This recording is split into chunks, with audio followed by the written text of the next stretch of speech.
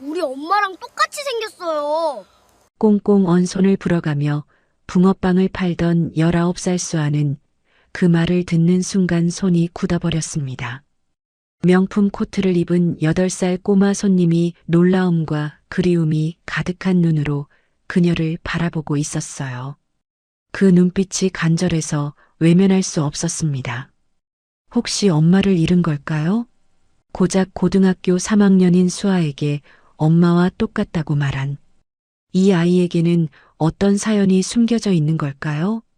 사연 시작 전 구독과 좋아요를 눌러주시고 어디서 듣고 계신지 댓글 남겨주시면 그곳으로 행운이 가득 깃들기를 바라겠습니다.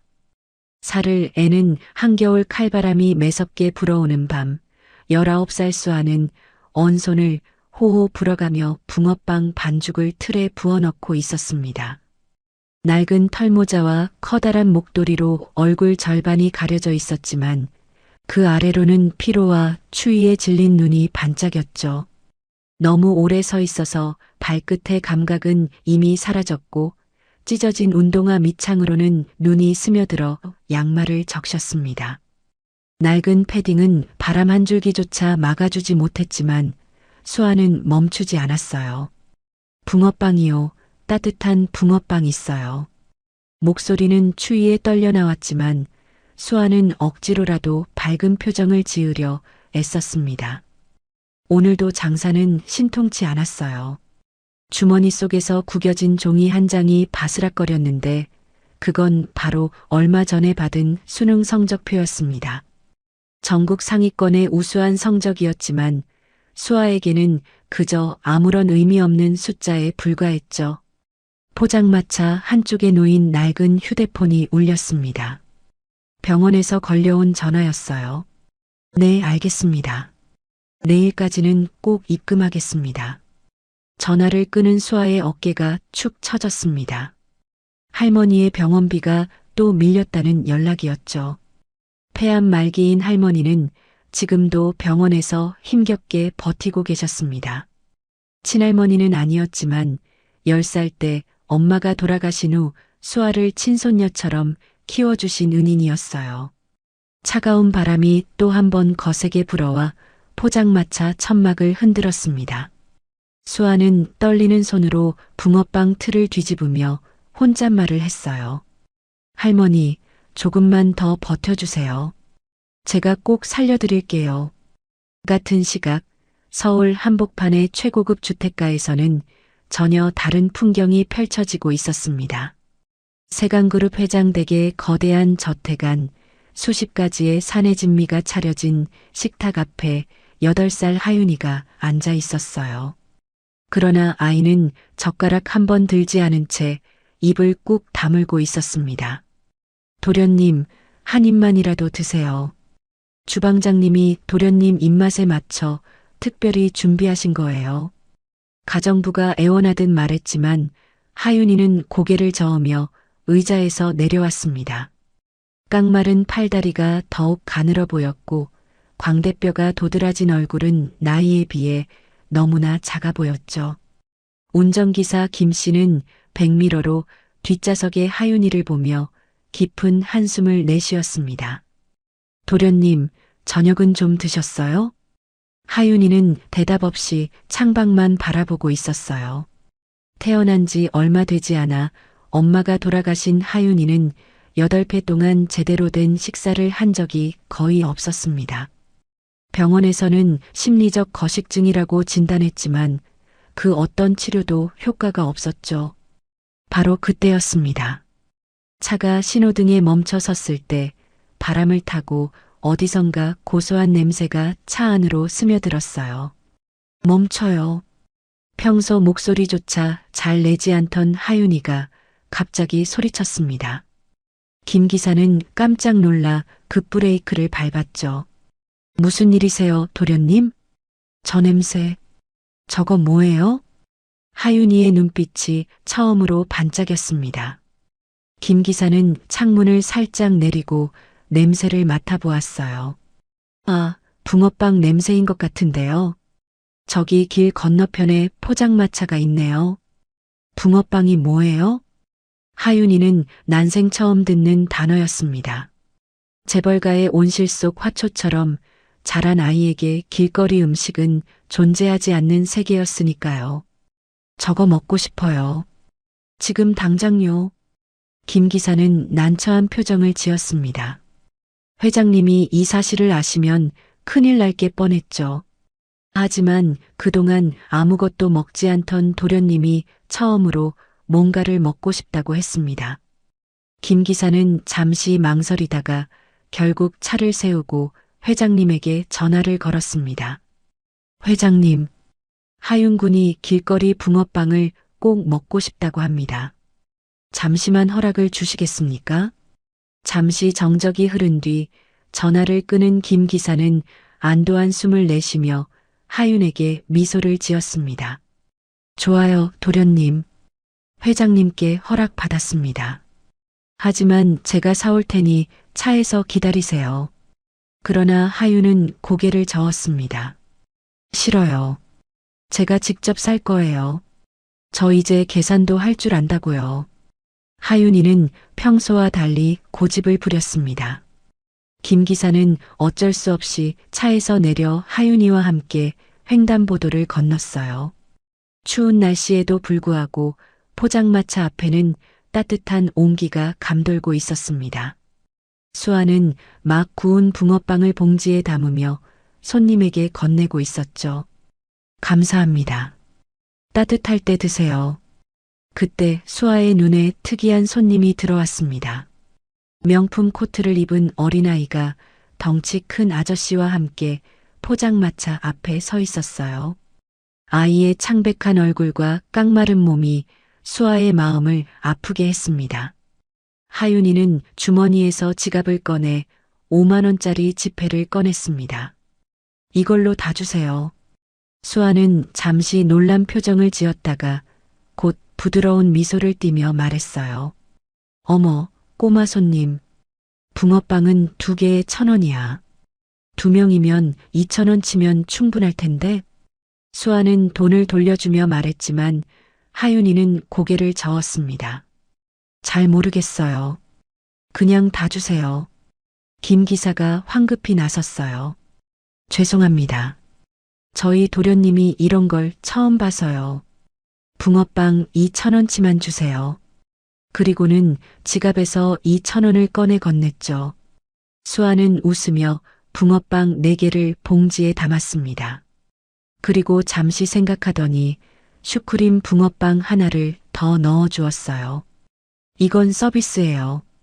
슈크림 맛인데 아이들이 좋아하더라고요. 꼬마 손님, 따뜻할 때 먹어야 맛있어. 하윤이는 봉지를 받아들고는 그 자리에서 바로 붕어빵을 한 입 베어 물었습니다. 뜨거운 팥소가 입안 가득 퍼지자 아이의 눈이 동그랗게 커졌어요. 맛있어요. 그 한마디에 김 기사는 눈시울이 붉어졌습니다. 도련님이 뭔가를 맛있다고 한 게 얼마 만인지 기억도 나지 않았으니까요. 수아는 하윤이가 붕어빵을 먹는 모습을 흐뭇하게 바라보았습니다. 비싼 옷을 입었지만 너무나 야윈 아이의 모습이 왠지 모르게 마음 한구석을 아프게 했어요. 천천히 먹어. 뜨거우니까 호호 불어가면서 먹는 거야. 하윤이는 수아가 가르쳐준 대로 호호 불어가며 붕어빵을 먹었습니다.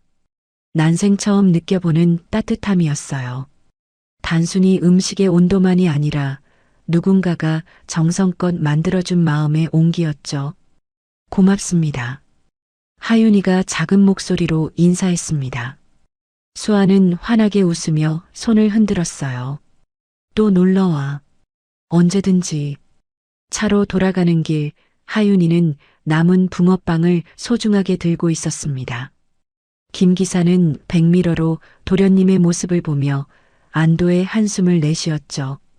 오늘 처음으로 아이의 얼굴에 생기가 돌았으니까요. 한편 포장마차로 돌아온 수아는 다시 붕어빵을 굽기 시작했습니다. 밤이 깊어갈수록 날씨는 더욱 추워졌습니다. 손님도 뜸해졌고 수아는 오늘 장사를 마감할 준비를 했어요. 주머니 속 수능 성적표가 또다시 바스락거렸지만 지금은 그런 것에 신경 쓸 겨를이 없었습니다. 할머니, 오늘도 무사히 하루를 보냈어요. 수아는 병원에 계신 할머니를 생각하며 혼잣말을 했습니다. 비록 가난하고 힘들지만 할머니가 계시는 한 포기할 수 없었어요. 그날 밤 서로 다른 두 세계에서 살아가던 두 사람의 운명이 붕어빵 하나로 연결되기 시작했습니다. 다음 날 오후 사립 명문 초등학교의 하교종이 울렸습니다. 하윤이는 다른 날과 달리 서둘러 가방을 메고 교문 밖으로 뛰어나왔어요. 평소에는 친구들과 어울리지도 않고 천천히 걸어 나오던 아이가 오늘은 달랐습니다. 도련님, 오늘은 일찍 나오셨네요? 김 기사가 차 문을 열어주며 반갑게 인사했습니다. 하윤이는 차에 오르자마자 급하게 말했어요. 기사 아저씨, 오늘도 붕어빵 가게 가요. 빨리요. 김 기사는 백미러로 하윤이를 보며 미소를 지었습니다. 어제 붕어빵을 먹고 난 후 하윤이는 오늘 아침에 처음으로 죽 한 그릇을 다 비웠거든요. 회장님도 무척 기뻐하셨죠? 네, 알겠습니다. 어제 그 포장마차로 가면 되죠? 네. 그런데 오늘은 혼자 갈 거예요. 저 이제 8살이라 혼자서도 할 수 있어요. 하윤이의 목소리에는 자신감이 묻어났습니다. 김 기사는 잠시 망설이다가 고개를 끄덕였어요. 포장마차가 바로 길 건너편에 있으니 차에서 지켜보면 될 것 같았습니다. 차가 어제와 같은 자리에 멈춰 섰어요. 그런데 오늘은 날씨가 달랐습니다. 한겨울치고는 유난히 따뜻한 날이었죠. 햇살이 포근하게 내리쬐고 있었고 바람도 거의 불지 않았어요. 하윤이는 주머니에서 미리 준비한 2,000원을 꺼내 들고 차에서 내렸습니다. 김 기사는 창문을 내리고 말했어요. 도련님, 조심해서 다녀오세요. 제가 여기서 지켜보고 있을게요. 네, 알았어요. 하윤이는 씩씩하게 대답하고 횡단보도를 건너기 시작했습니다. 작은 발걸음이지만 어제보다 훨씬 가벼워 보였어요. 포장마차에 가까이 다가가자 어제처럼 고소한 붕어빵 냄새가 코끝을 간지렸습니다. 수아는 따뜻한 날씨 덕분에 답답했던 털모자와 목도리를 벗어 포장마차 한쪽에 걸어두고 있었습니다. 긴 머리카락을 하나로 묶은 채 붕어빵 틀을 정리하고 있었죠. 붕어빵 주세요. 하윤이의 목소리에 수아가 고개를 돌렸습니다. 어제 왔던 그 꼬마 손님이었어요. 어머, 또 왔구나. 오늘은 혼자 왔네.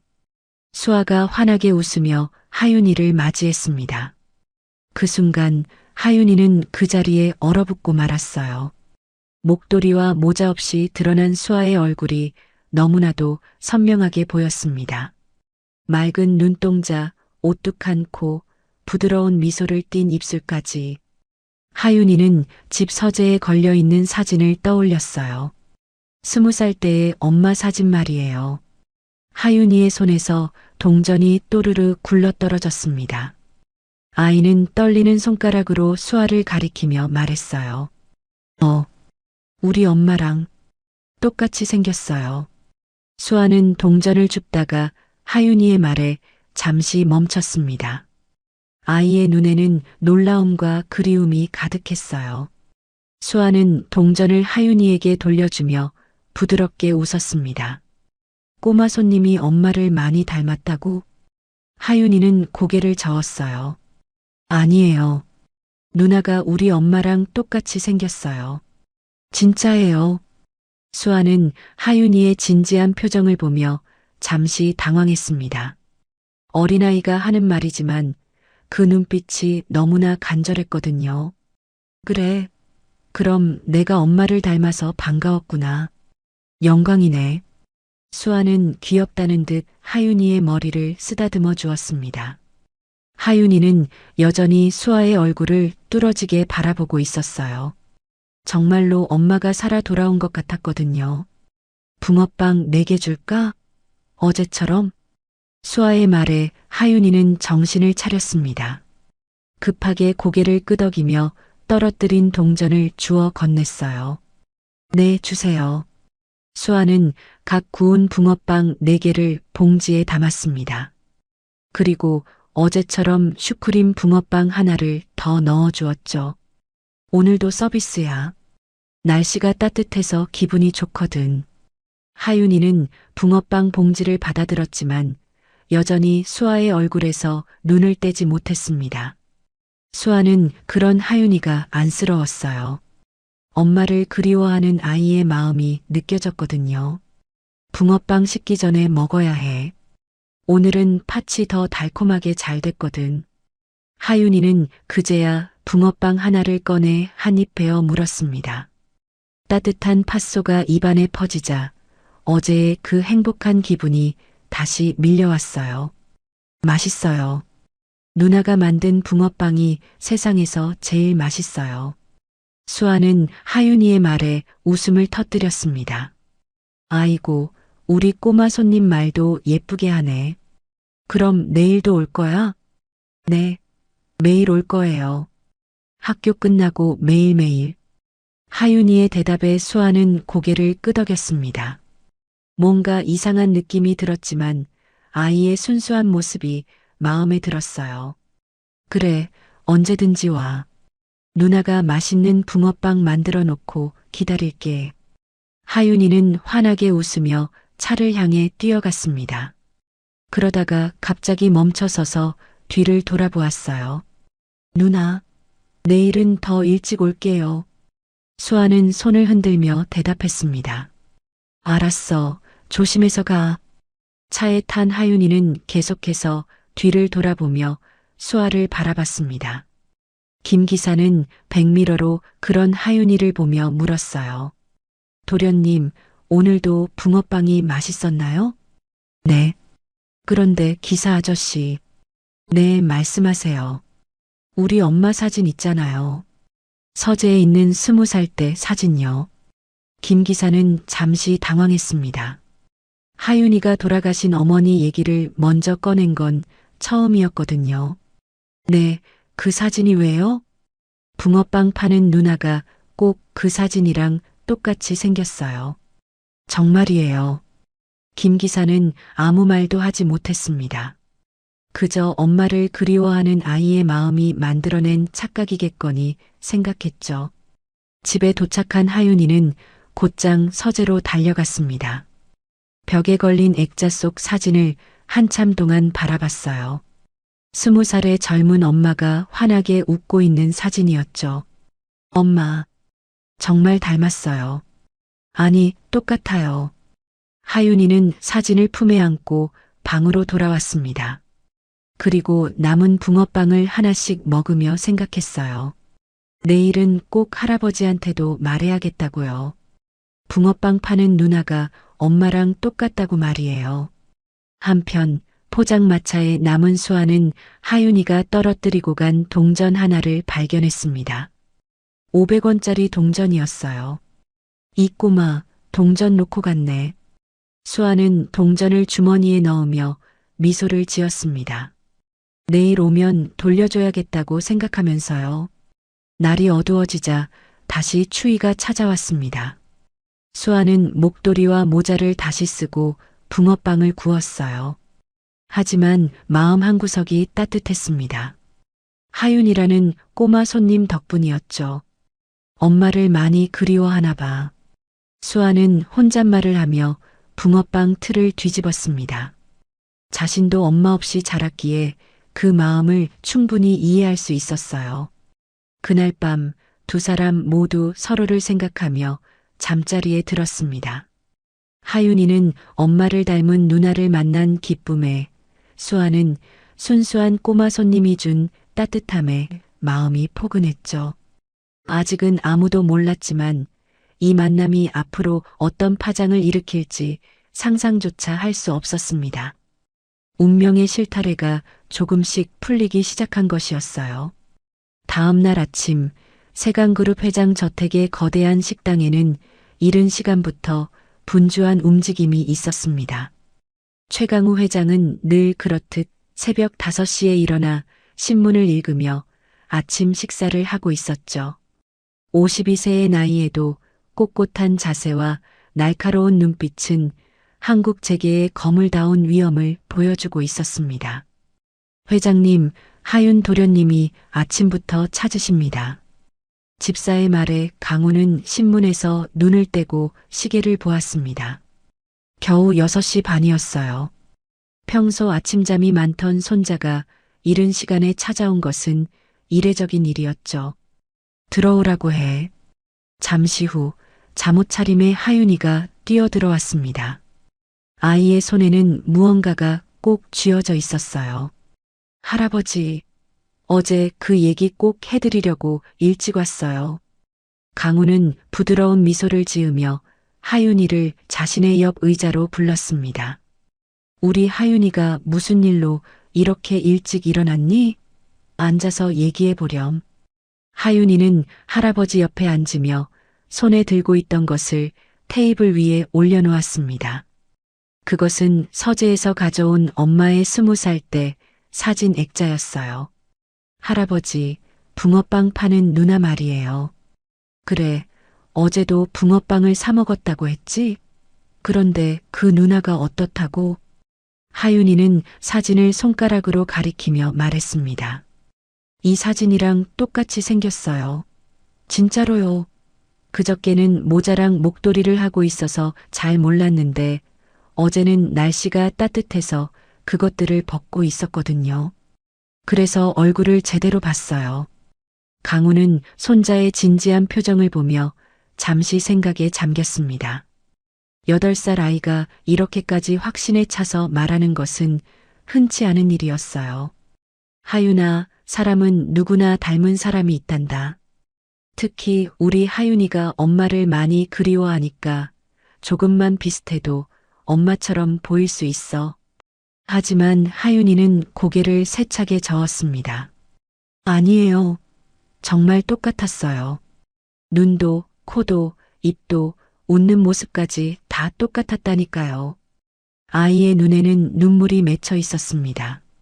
강우는 손자를 달래듯 머리를 쓰다듬어 주었어요. 알았다, 알았어. 우리 하윤이가 그렇게 느꼈구나. 그런데 그 누나가 몇 살이나 되어 보이던? 고등학생 같았어요. 되게 예뻤어요. 엄마처럼요. 강우는 부드럽게 웃으며 하윤이를 안아주었습니다. 그래, 우리 하윤이 엄마가 정말 예뻤지. 그 누나도 예쁜 사람이었나 보구나. 하지만 하윤아, 엄마는 이미 하늘나라에 계시잖아. 그 누나는 다른 사람이야. 알아요. 하지만 정말 닮았어요. 할아버지도 보시면 깜짝 놀라실 거예요. 하윤이는 시무룩해하며 사진을 다시 품에 안았습니다. 강우는 그런 손자를 보며 가슴 한구석이 아려왔어요. 그래, 언제 기회가 되면 할아버지도 한번 보도록 하마. 이제 가서 씻고 학교 갈 준비하렴. 오늘도 하교하고 그 누나한테 갈 거니? 하윤이의 얼굴이 다시 밝아졌습니다. 네, 오늘도 갈 거예요. 누나가 기다린대요. 아이가 방을 나간 후 강우는 한참 동안 식탁에 앉아 있었습니다. 차가운 커피를 한 모금 마시며 창밖을 바라봤어요. 그의 머릿속에는 하윤이가 남기고 간 말들이 계속 맴돌았습니다. 그날 밤 강우는 서재에서 홀로 앉아 있었습니다. 손에는 위스키 잔이 들려 있었고 눈앞에는 죽은 딸 서연의 사진들이 펼쳐져 있었어요. 10살의 서연, 그리고 하윤이를 안고 있는 20살의 서연까지. 서연아. 강우는 딸의 이름을 나직이 불렀습니다. 그의 눈가에는 깊은 주름이 패여 있었고 그 주름 사이로 회한이 묻어났어요. 손자의 순수한 확신이 오래 잊고 있던 상처를 건드렸습니다. 붕어빵 파는 누나가 서연이를 닮았다는 말. 그것은 단순한 우연의 일치일 수도 있지만 왠지 모르게 불안한 마음이 들었어요. 강우는 위스키를 한 모금 더 마시며 과거로 빠져들었습니다. 그가 이제 막 회사를 물려받아 젊은 회장이 되었을 때였습니다. 첫째 딸 서연이는 아버지의 자랑이었어요. 명문대에 수석으로 입학한 똑똑한 딸이었죠. 그런데 20살이 되던 해 서연이가 한 남자를 집으로 데려왔습니다. 아버지, 제가 사랑하는 사람이에요. 인사드리고 싶어서 모셔왔어요. 남자는 평범한 대학생이었습니다. 아니, 강우의 눈에는 초라하기 그지없는 존재였죠. 가난한 집안에 부모님도 일찍 여의고 홀로 자수성가하려는 젊은이. 서연이는 그런 남자의 순수함과 열정에 반했다고 했습니다. 강우는 단호했습니다. 재벌가의 딸이 그런 남자와 만날 수는 없었어요. 그는 남자를 따로 불러 차가운 목소리로 말했죠. 얼마면 되겠나? 남자는 모욕적인 제안에 얼굴이 붉어졌습니다. 저는 서연 씨를 진심으로 사랑합니다.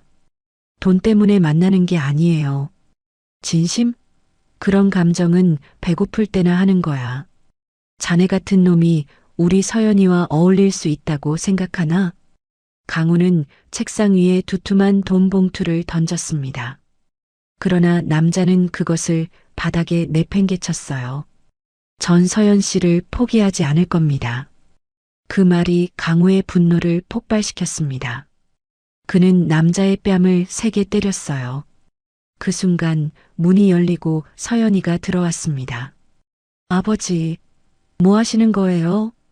서연이는 쓰러진 연인을 부축하며 아버지를 원망스럽게 바라봤습니다. 그러나 강우는 차가운 표정을 거두지 않았어요. 서연아, 이 남자는 내가 만날 사람이 아니다. 당장 정리해. 싫어요. 전 이 사람을 사랑해요. 부녀의 대립은 극심했습니다. 그리고 강우는 결국 권력과 돈을 동원해 남자를 서연이 곁에서 쫓아냈어요. 유학을 빌미로 가족을 위협하는 방법으로. 남자가 떠난 후 서연이는 하루가 다르게 야위어 갔습니다. 그리고 어느 날 임신 사실이 밝혀졌죠. 강우는 딸에게 아이를 지우라고 했지만 서연이는 완강히 거부했습니다. 이 아이는 제 전부예요. 아버지가 빼앗아간 그 사람의 전부예요. 서연이는 아이를 낳기로 했고 출산 과정에서 예상치 못한 합병증이 생겼어요. 서연이의 몸은 이미 임신 기간 동안의 스트레스와 슬픔으로 너무 약해져 있었던 거죠. 아버지, 제 아이를 부탁해요. 그것이 서연이의 마지막 말이었습니다. 20살의 젊은 나이에 사랑하는 사람도 보지 못한 채 아이만 남기고 세상을 떠났어요. 강우는 위스키 잔을 내려놓고 두 손으로 얼굴을 감쌌습니다. 그날의 기억은 8년이 지난 지금도 생생했어요. 딸의 차가워진 손, 마지막 눈빛, 그리고 갓 태어난 하윤이의 울음소리까지. 내가 너를 죽인 거야, 서연아. 그는 딸을 지키겠다는 명목으로 오히려 딸을 죽음으로 내몬 것이었습니다. 가문의 명예, 재벌가의 체면. 그런 것들이 딸의 생명보다 중요했던 자신이 원망스러웠어요. 하윤이를 키우며 강우는 늘 죄책감에 시달렸습니다. 손자를 볼 때마다 죽은 딸이 떠올랐고 그래서 더욱 하윤이를 과보호하게 되었죠. 그런데 그 아이는 엄마 없이 자라 제대로 먹지도 못하고 있었습니다. 이제 와서 무슨 소용이 있겠느냐만. 강우는 서연이의 사진을 쓰다듬으며 중얼거렸습니다. 정말 만약에 하윤이 말대로 서연이를 닮은 사람이 있다면 그것은 우연일까요? 아니면 운명의 장난일까요? 새벽 2시가 넘어서도 강우는 잠들지 못했습니다. 창밖으로는 차가운 겨울바람이 불고 있었고 그의 마음속에도 찬바람이 불고 있었어요. 가족을 짓밟았던 선택. 그것이 강우가 평생 짊어지고 살아야 할 첫 번째 죄책감이었습니다. 돈과 권력으로 모든 것을 해결할 수 있다고 믿었던 젊은 날의 오만함. 그 대가는 너무나 컸어요. 강우는 창밖을 바라보며 생각했습니다. 손자의 말이 단순한 착각이기를 바라면서도 왜인지 불안한 예감이 들었어요. 서연이를 닮은 누군가가 정말 존재한다면 그것은 또 다른 인연의 시작일 수도 있으니까요. 일주일이 흘렀습니다. 그동안 하윤이는 하루도 빠지지 않고 붕어빵 가게를 찾았어요. 이제는 김 기사도 당연하다는 듯이 학교 시간에 맞춰 포장마차 근처에 차를 세웠죠. 누나, 저 왔어요. 오늘도 하윤이가 밝은 목소리로 인사했습니다.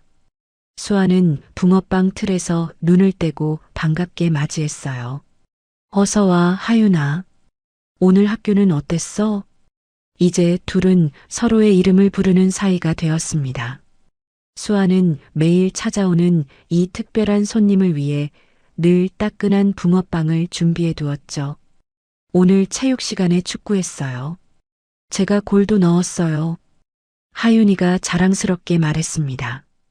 예전에 하윤이라면 체육 시간에 구석에서 혼자 앉아 있었을 텐데 요즘은 달랐어요. 밥을 조금씩 먹기 시작하면서 체력도 좋아졌고 친구들과 어울리는 일도 생겼죠. 우와, 대단한데? 우리 하윤이가 축구도 잘하는구나. 수아가 진심으로 기뻐하며 하윤이의 머리를 쓰다듬어 주었습니다. 그 따뜻한 손길에 하윤이는 마치 엄마의 손길을 느끼는 것 같았어요. 누나는 오늘 뭐 했어요? 누나는 왜 맨날 여기 있어요? 하윤이의 순진한 질문에 수아는 잠시 쓴웃음을 지었습니다. 하지만 곧 밝은 표정으로 대답했어요. 누나는 할머니 병원비를 벌어야 해서 여기 있는 거야. 그리고 대학교 등록금도 모아야 하고. 대학교요?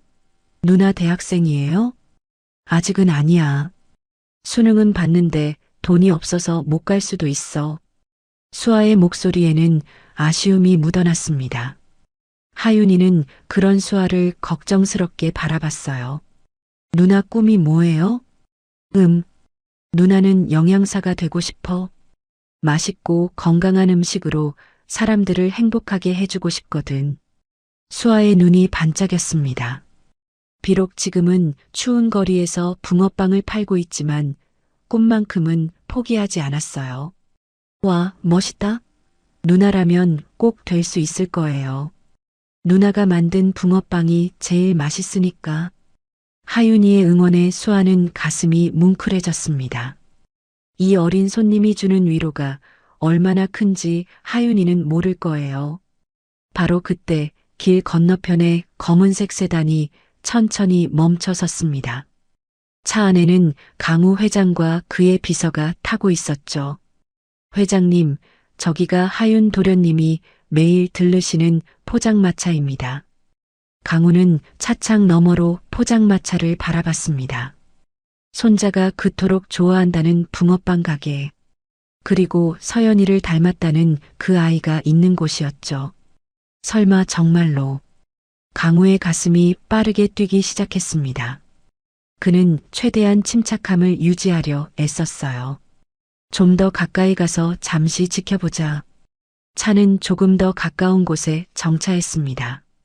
그런데 날씨가 다시 추워진 탓에 수아는 두꺼운 털모자와 목도리로 얼굴을 꽁꽁 가리고 있었어요. 강우는 실망스러운 마음을 감추며 계속 지켜봤습니다. 그때 하윤이가 붕어빵을 다 먹고 수아에게 작별 인사를 했습니다. 누나, 저 이제 가야 해요. 내일 또 올게요. 그래, 조심해서 가. 내일 보자. 수아가 손을 흔들며 하윤이를 배웅했습니다. 강우는 손자가 차로 돌아가는 모습을 확인한 후 계속해서 수아를 관찰했어요. 그때 남루한 차림의 노인이 포장마차 앞에 다가왔습니다. 꽤 오래 굶은 듯 초췌한 모습이었죠. 노인은 주머니를 뒤적거리며 동전 몇 개를 꺼냈지만 붕어빵을 사기에는 턱없이 부족했습니다. 이걸로 붕어빵 하나만. 노인의 떨리는 목소리가 들렸습니다. 수아는 노인의 손에 든 동전을 보고는 곧바로 붕어빵 3개를 봉투에 담았어요. 아저씨, 이거 드세요. 따뜻할 때 드셔야 맛있어요. 하지만 돈이 괜찮아요. 제가 드리는 거예요. 이거 드시고 힘내세요. 수아는 환하게 웃으며 봉투를 노인의 손에 꼭 쥐어주었습니다. 노인은 눈물이 글썽이며 연신 고맙다는 인사를 했어요. 잠시 후 교복을 입은 여학생이 헐레벌떡 뛰어왔습니다. 붕어빵 2개 주세요. 학생이 지갑을 열었지만 500원밖에 없었어요. 붕어빵 2개를 사려면 1,000원이 필요했죠. 어머, 돈이 모자라네. 하나만 살게요. 학생이 아쉬워하자 수아는 손을 흔들었습니다. 아니야, 2개 가져가. 나머지는 다음에 줘도 돼. 정말요? 꼭 갚을게요. 그래, 친구랑 나눠 먹어. 맛있게 먹고 공부 열심히 해. 강우는 차 안에서 이 모든 광경을 지켜보고 있었습니다.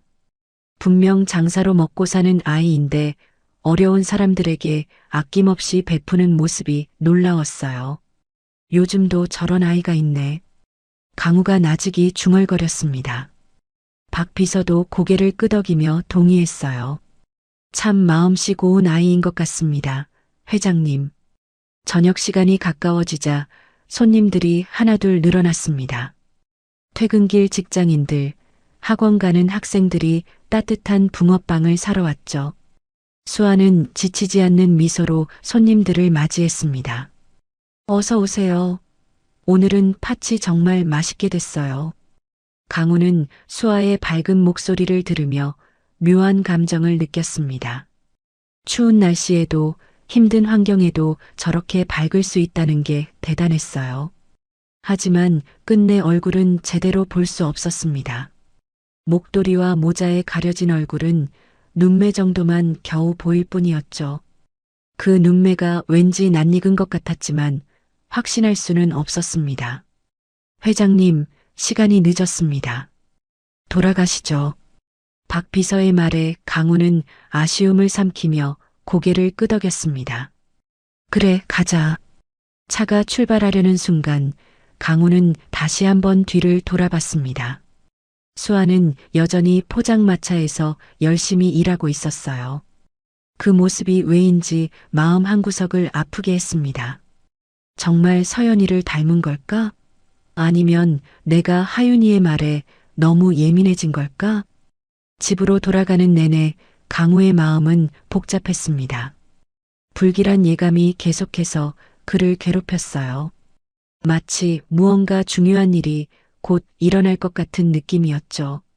그날 밤 강우는 또다시 서재에서 잠을 이루지 못했습니다. 수아의 선한 행동들이 자꾸만 떠올랐어요. 노숙자에게 붕어빵을 건네던 모습, 돈이 부족한 학생을 웃으며 보내주던 모습, 저런 아이가 고생하고 있다니. 강우는 한숨을 내쉬며 창밖을 바라봤습니다. 만약 정말로 서연이를 닮은 아이라면 그것은 무엇을 의미하는 걸까요? 그저 우연의 일치일까요? 아니면 운명이 준비한 무언가가 있는 걸까요? 한편 포장마차에서는 수아가 오늘의 장사를 마무리하고 있었습니다. 추운 날씨 탓에 손님이 뜸했지만 그래도 할머니 약값 정도는 벌었어요. 오늘도 수고했어, 수아야. 수아는 스스로를 격려하며 포장마차를 정리했습니다. 내일도 하윤이가 올 테고 또 다른 손님들이 찾아올 거예요. 그들에게 따뜻한 붕어빵을 만들어주는 것, 그것이 지금 수아가 할 수 있는 최선이었죠. 언젠가는 꼭 대학에 가서 영양사가 될 거야. 그때까지만 조금 더 힘내자. 수아는 꿈을 포기하지 않았습니다. 비록 지금은 춥고 힘들지만 봄은 반드시 올 거라고 믿었어요. 며칠이 지났습니다. 그동안 하윤이는 여전히 매일같이 붕어빵 가게를 찾았고 돌아올 때마다 수아 누나 이야기로 가득했어요. 아침 식사 때도 잠들기 전에도 하윤이의 입에서는 늘 그 누나 이야기가 흘러나왔죠. 할아버지, 오늘 수아 누나가 제 이야기 듣고 막 웃었어요. 누나가 웃으면 정말 예뻐요. 수아 누나는 대학교에 가고 싶대요. 영양사가 되는 게 꿈이래요. 누나가 오늘은 추워서 손이 빨갛게 되었어요. 불쌍해요. 강우는 손자의 이야기를 들으며 복잡한 심경이었습니다. 하윤이가 처음으로 누군가에게 마음을 열고 의지하는 모습이 대견하면서도 그 대상이 서연이를 닮았다는 낯선 소녀라는 사실이 불안했어요. 그날도 하윤이는 저녁 식사 시간에 수아 이야기를 꺼냈습니다. 할아버지, 수아 누나네 할머니가 많이 아프대요. 병원비가 비싸서 누나가 매일 붕어빵을 팔고 있대요. 강우는 수저를 내려놓으며 하윤이를 바라봤습니다.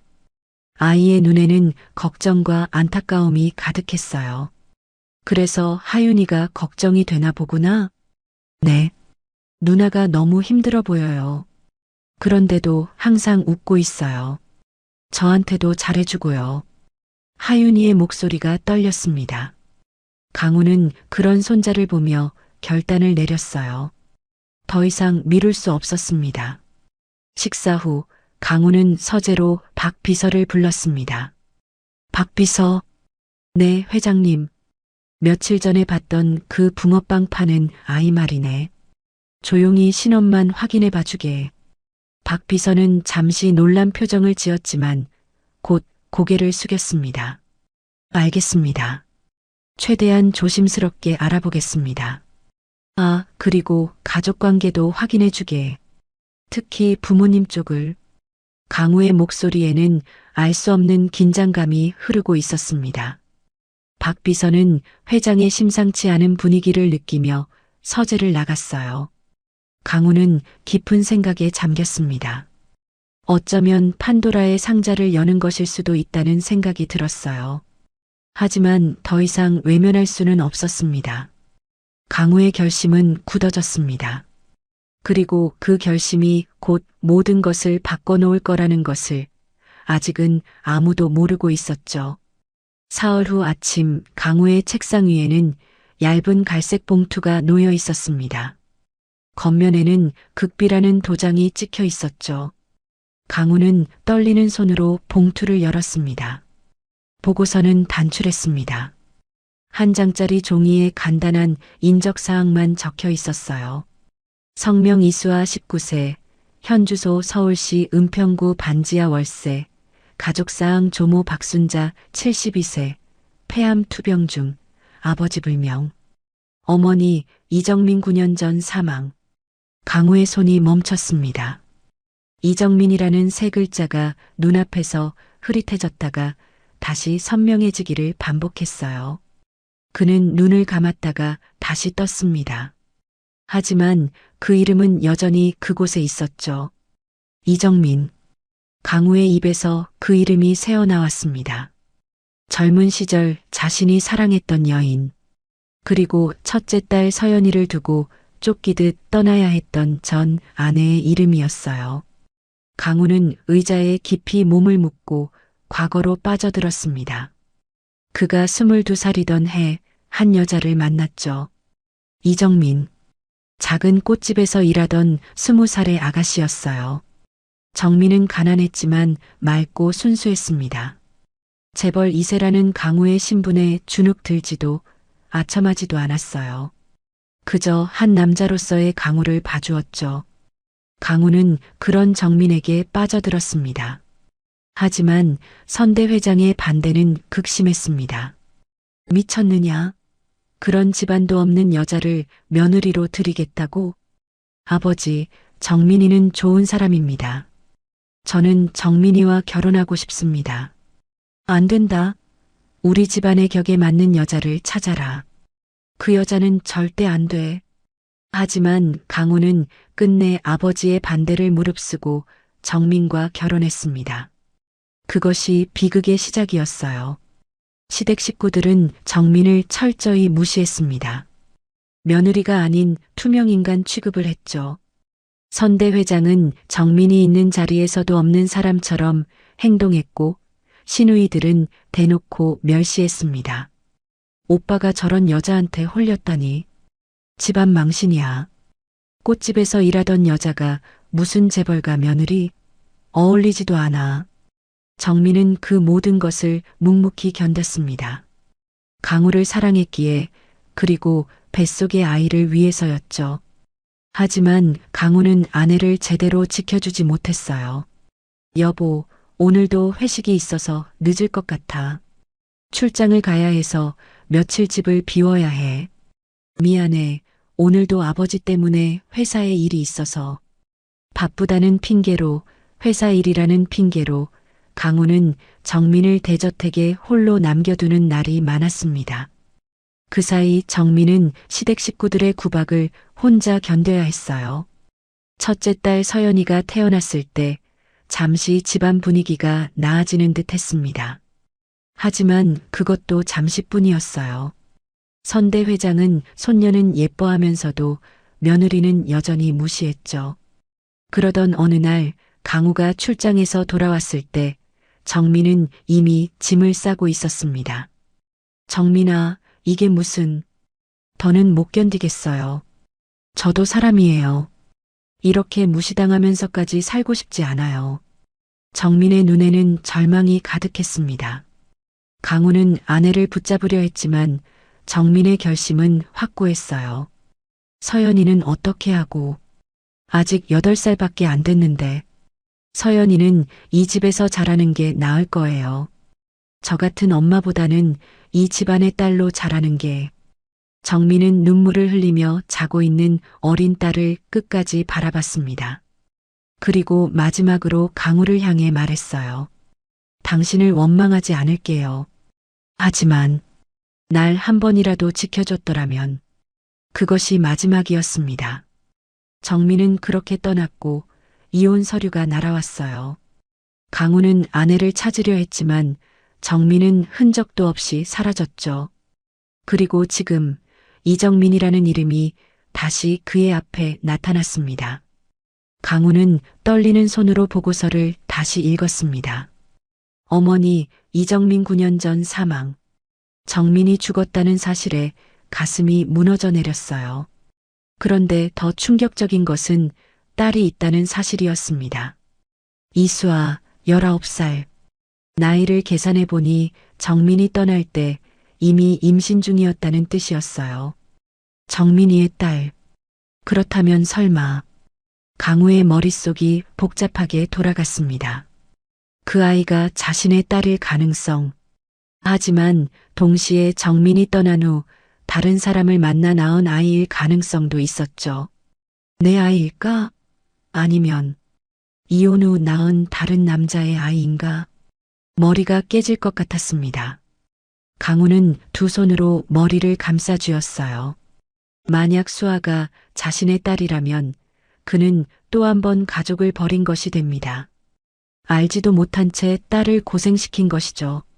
박 비서가 노크를 하고 들어왔습니다.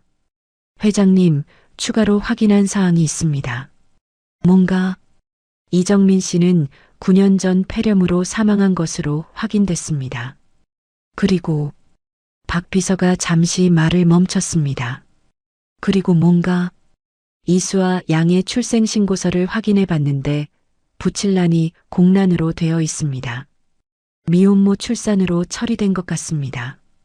강우의 가슴이 쿵 내려앉았습니다.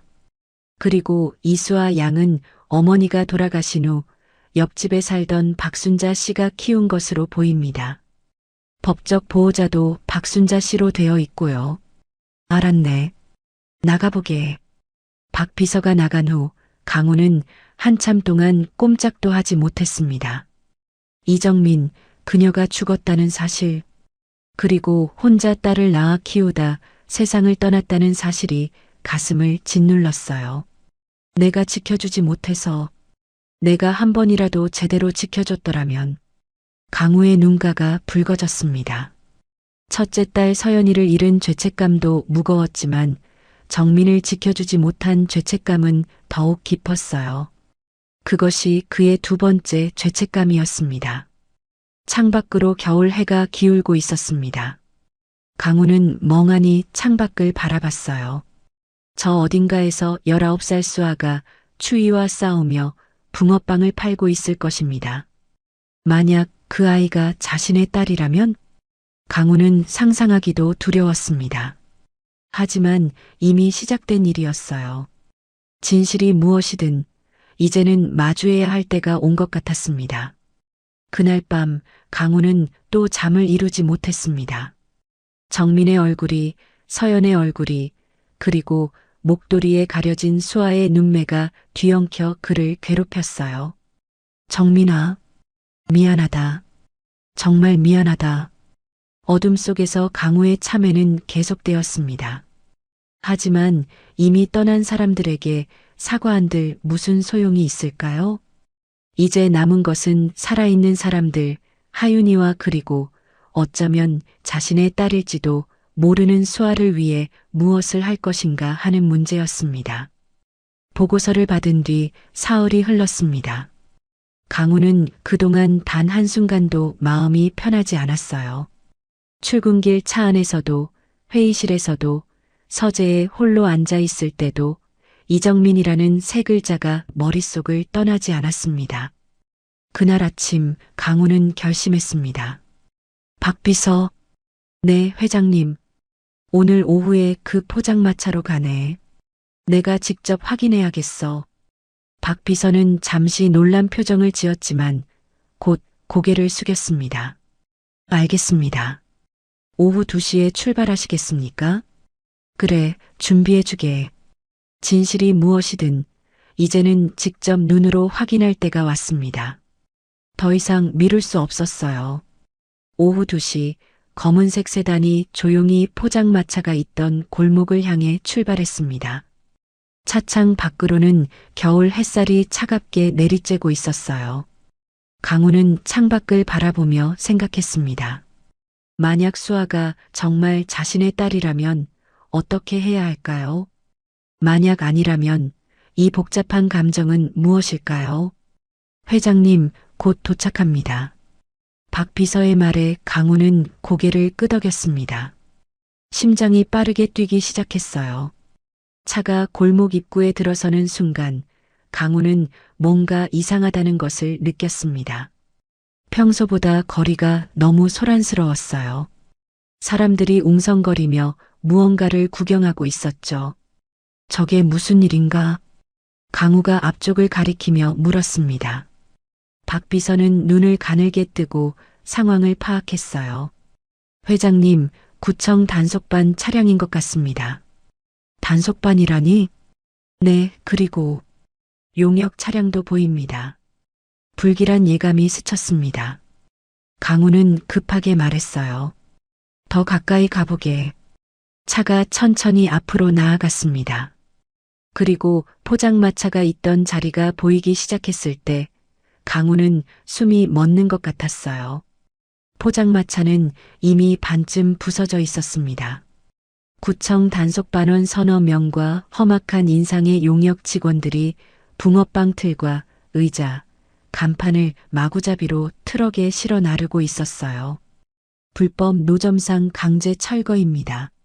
경고 기간은 이미 지났습니다. 단속반원의 차갑고 기계적인 목소리가 겨울바람을 타고 들려왔습니다. 그때였습니다. 강우의 눈에 한 소녀가 들어왔어요. 낡은 털모자, 해진 패딩 점퍼에 목도리를 두른 수아였습니다. 수아는 트럭 앞을 막아서며 두 팔을 활짝 벌렸어요. 안 돼요. 제발 이것만은 안 돼요. 수아의 목소리는 절규에 가까웠습니다. 그 목소리에는 절박함과 공포가 가득 담겨 있었어요. 아가씨, 비켜요.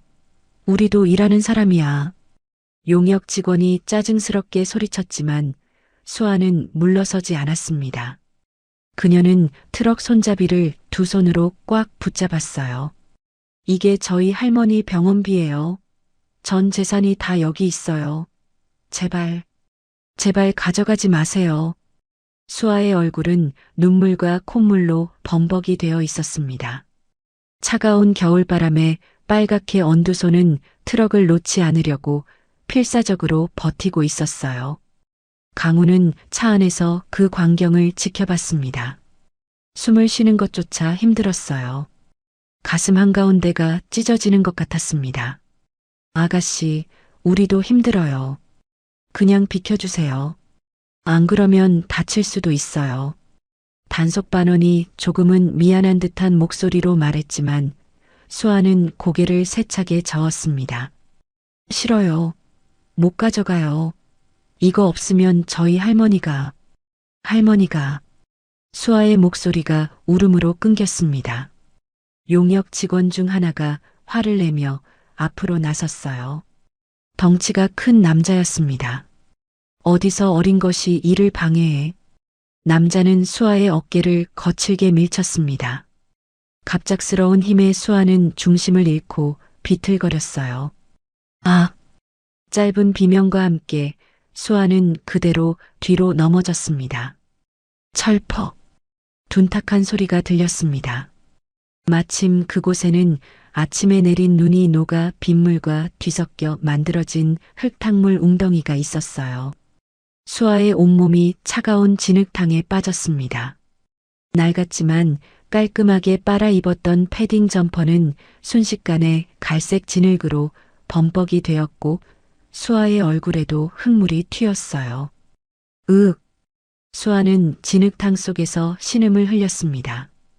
차가운 물이 옷 속으로 스며들어 온몸을 얼어붙게 만들었어요. 수아는 떨리는 손으로 땅을 짚고 일어나려 했지만 힘이 들어가지 않았습니다. 바로 그때 덜컹하는 소리가 들렸습니다. 용역 직원들이 붕어빵 틀을 트럭 바닥에 던져 실으며 생긴 소리였어요. 오랜 시간 사용해 낡았던 붕어빵 틀은 바닥에 떨어지며 두 동강이 나버렸습니다. 안 돼. 안 돼요. 수아는 진흙탕에 주저앉은 채 그 광경을 바라봤습니다. 매일 아침부터 밤까지 붕어빵을 구워내던 소중한 틀이 산산조각 나는 모습을, 할머니의 병원비를, 대학 등록금을 벌어주던 유일한 희망이 부서지는 모습을, 으아앙. 마침내 수아는 울음을 터뜨렸습니다. 차가운 흙탕물 속에서 부서진 붕어빵 틀 조각을 바라보며 19살 소녀는 세상 모든 절망을 토해내듯 울부짖었어요. 강우는 차 안에서 그 모든 광경을 목격하고 있었습니다. 순간 모든 것이 멈춘 것 같았어요. 흙탕물 속에 쓰러진 수아의 모습이, 절규하는 목소리가, 부서진 붕어빵 틀이 강우의 눈 속에 깊이 새겨졌습니다. 저 아이가 만약 내 딸이라면. 가슴이 찢어지는 것 같았습니다. 아니, 이미 찢어지고 있었어요. 정민을 떠올렸습니다. 시댁 식구들에게 구박받으며 홀로 견뎌야 했던 아내를, 서연을 떠올렸습니다. 사랑하는 남자를 빼앗기고 절망 속에서 아이를 낳다 죽은 딸을, 그리고 지금 눈앞에서 절망에 무너지고 있는 수아를 내가 또 지켜주지 못하는 건가. 회장님, 박 비서가 조심스럽게 불렀습니다. 하지만 강우는 대답하지 않았어요. 그의 두 주먹은 세게 쥐어져 있었습니다. 주먹을 너무 세게 쥐어서 손톱이 손바닥에 파고들었어요. 하지만 그 고통조차 느껴지지 않았습니다. 수아는 천천히 일어났습니다. 온몸이 진흙으로 범벅이 된 채로 비틀거리며 일어섰어요. 그리고는 부서진 붕어빵 틀 조각을 하나하나 주워 담기 시작했습니다. 이거라도 고쳐서. 수아의 중얼거림이 바람을 타고 희미하게 들려왔습니다. 이미 쓸모 없어진 쇠조각들을 모으는 모습이 너무나 애처로웠어요. 주변 사람들은 그저 안타까운 눈빛으로 바라볼 뿐 아무도 나서지 않았습니다. 구청 단속반과 용역들은 이미 트럭에 올라타 떠날 채비를 하고 있었어요. 강우는 더 이상 참을 수 없었습니다.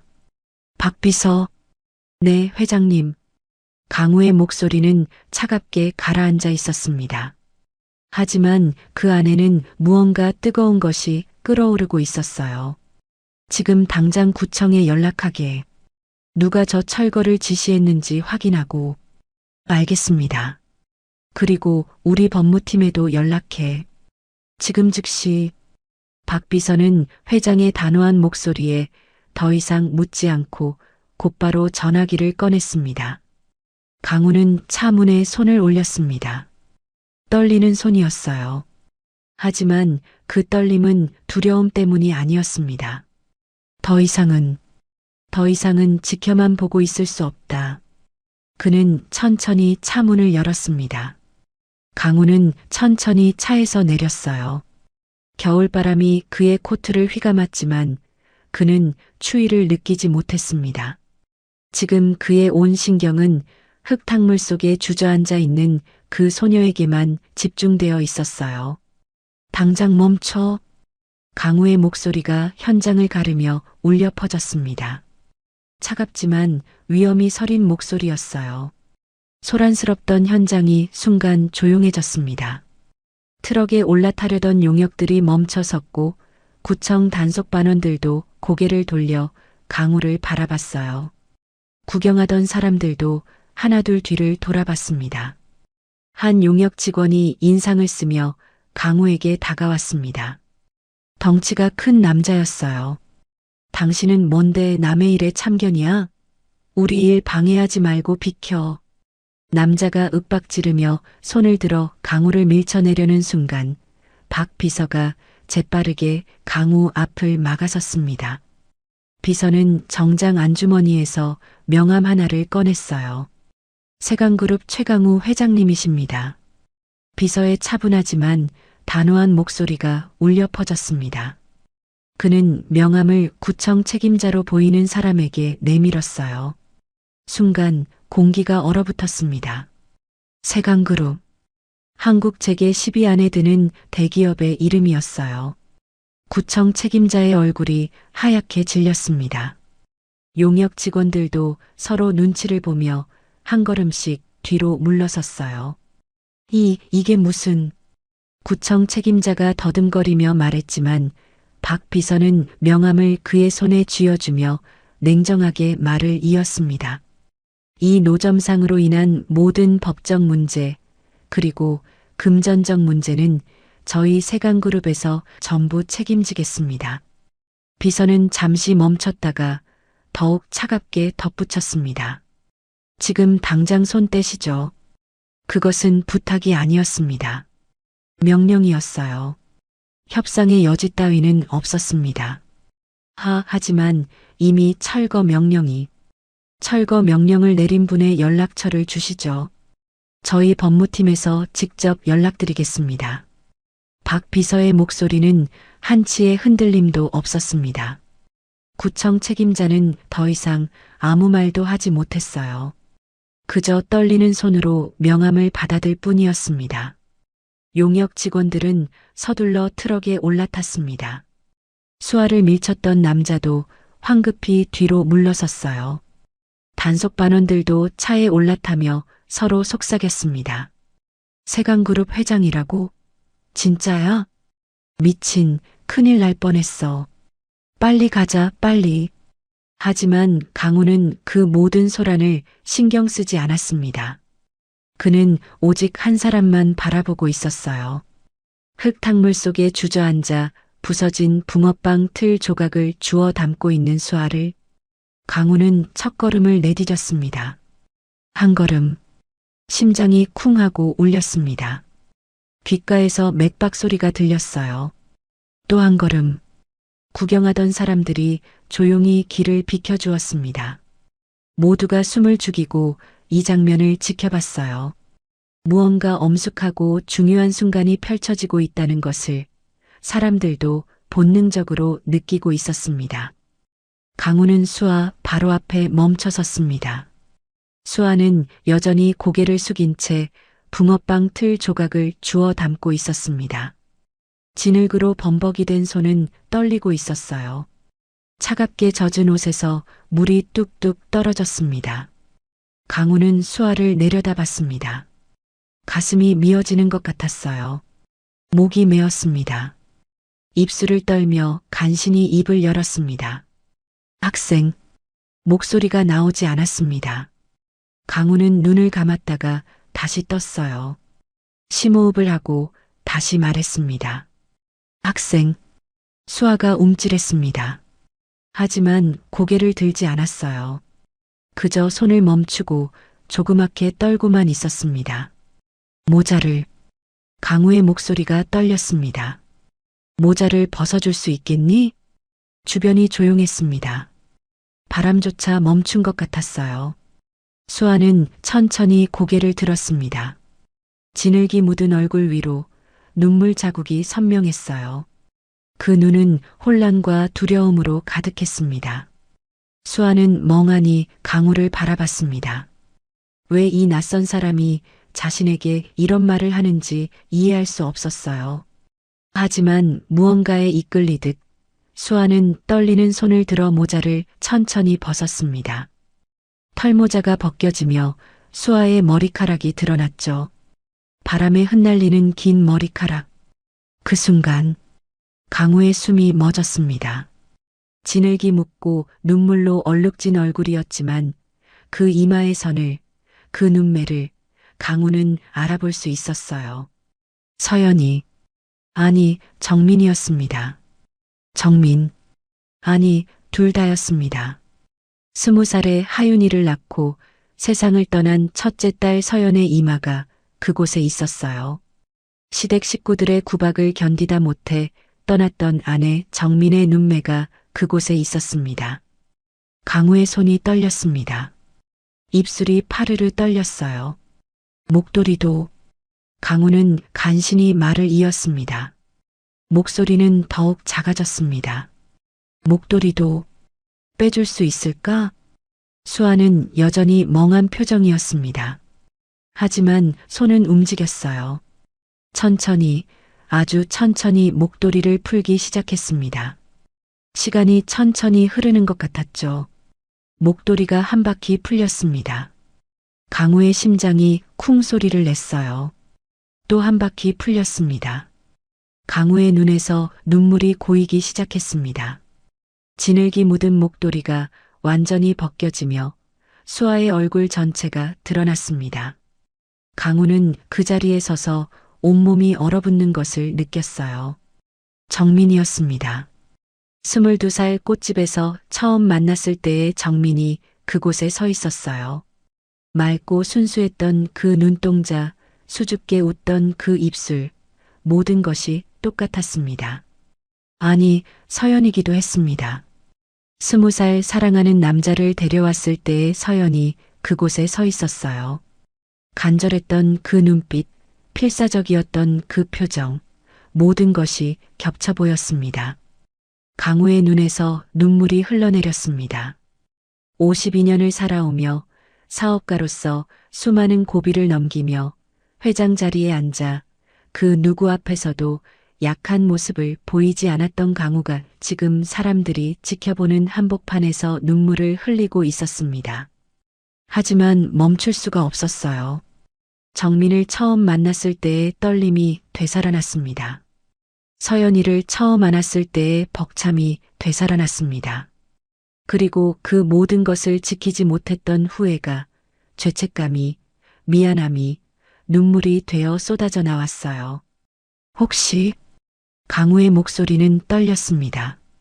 너무 떨려서 제대로 말이 나오지 않았어요. 마지막 확인이 필요했습니다. 아니, 확인하는 것이 두려웠습니다. 만약 다른 이름을 말한다면? 만약 자신의 착각이라면? 하지만 물어야 했습니다. 반드시. 강우는 눈물을 닦았습니다. 떨리는 손으로 눈가를 훔치고 심호흡을 했어요. 그리고 또박또박 한 글자 한 글자 천천히 물었습니다. 혹시 내 어머니 이름이. 강우는 잠시 멈췄습니다. 다음 말을 하는 것이 두려웠어요. 수아는 고개를 갸우뚱하며 강우를 바라봤습니다. 그 눈에는 의문과 혼란이 가득했어요. 강우는 마지막 용기를 냈습니다. 이정민이니? 세 글자. 그 세 글자를 말하는 순간 강우는 세상이 멈춘 것 같았습니다. 수아의 눈이 커졌습니다. 놀라움이 그 얼굴에 확 퍼졌어요. 네. 수아가 작게 대답했습니다. 맞아요. 시간이 멈췄습니다. 강우의 귓가에서 윙 소리가 났습니다. 눈앞이 흐려졌다가 다시 선명해졌어요. 그런데 수아가 떨리는 목소리로 물었습니다. 어떻게 우리 엄마 이름을 아세요? 그 질문에 강우는 더 이상 버틸 수 없었습니다. 그의 무릎이 꺾였습니다. 52년 인생을 꼿꼿하게 살아온 재벌 회장이 그 누구 앞에서도 무릎 꿇은 적 없던 남자가 흙탕물 바로 앞에 무릎을 꿇었어요. 눈물이 뺨을 타고 흘러내렸습니다. 입술이 떨렸어요.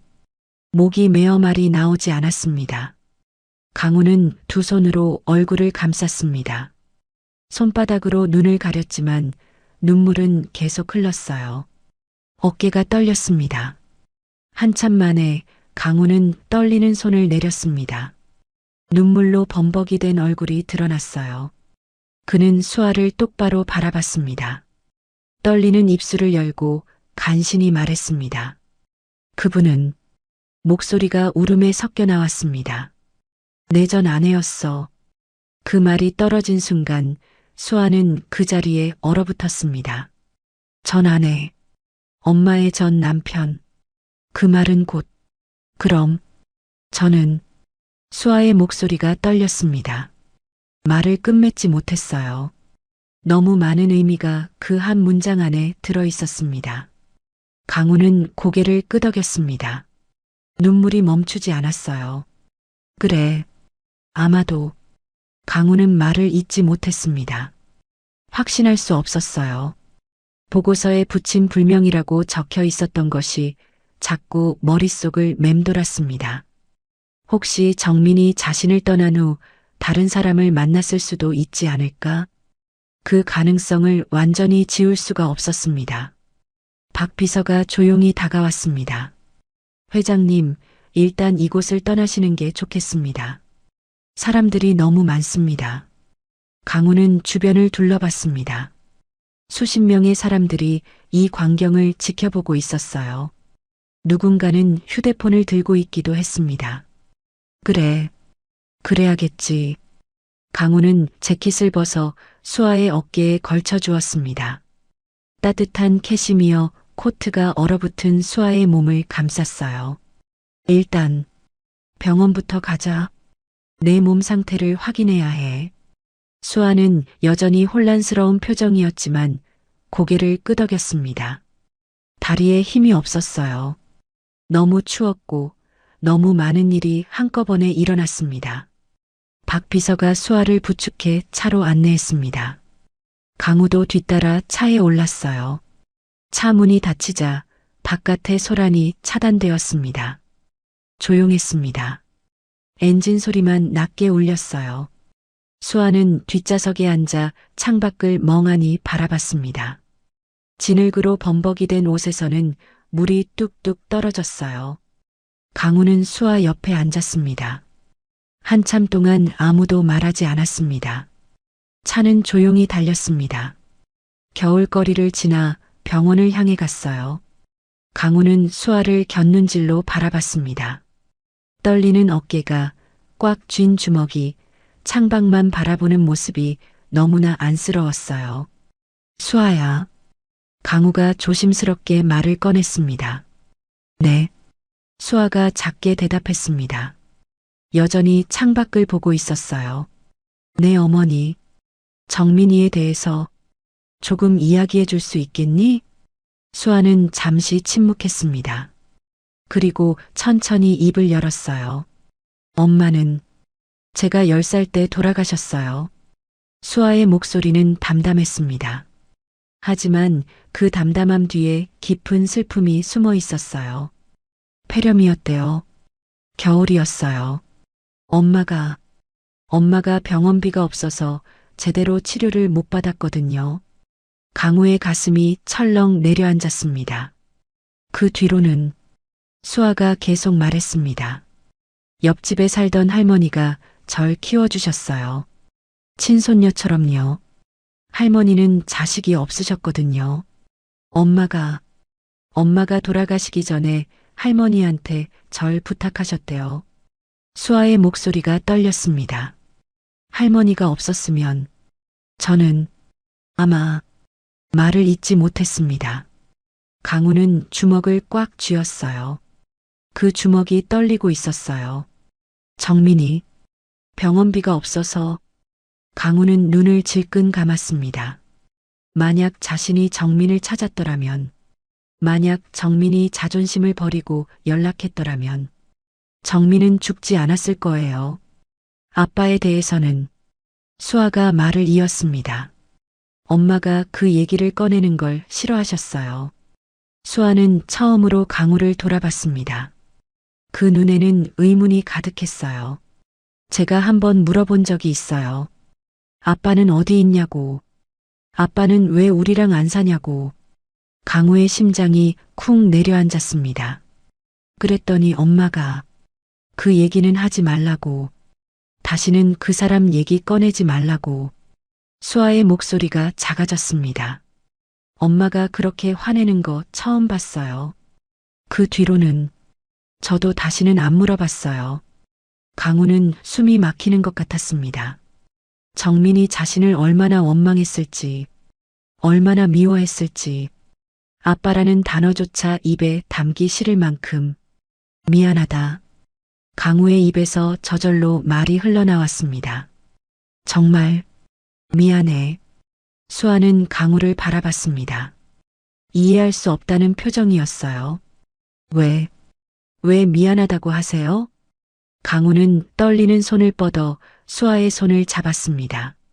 진흙이 묻은 차갑고 작은 손이었어요. 수아야. 강우의 목소리가 떨렸습니다. 내 얼굴이, 내 어머니의 이름이, 그리고 내 나이가 모든 것을 말해주고 있구나. 수아는 강우의 손을 내려다봤습니다.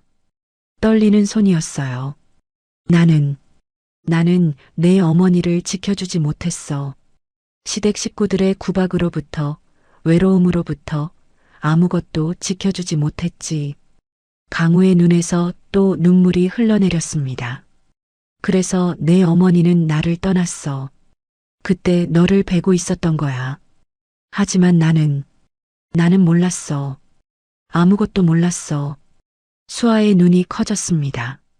그럼 정말로 아마도 강우가 고개를 끄덕였습니다. 하지만 내 어머니에게도 죽은 내 첫째 딸에게도 나는 죄인이야. 그리고 너에게도 나는 의심이라는 죄를 지었어. 강우는 수아의 손을 더 세게 잡았습니다. 보고서에 내 아버지가 불명이라고 적혀 있었거든. 그래서 나는 내가 정말 내 딸인지 확신할 수가 없었어. 혹시 내 어머니가 나를 떠난 후 다른 사람을 만났을 수도 있다고. 그렇게 생각했어.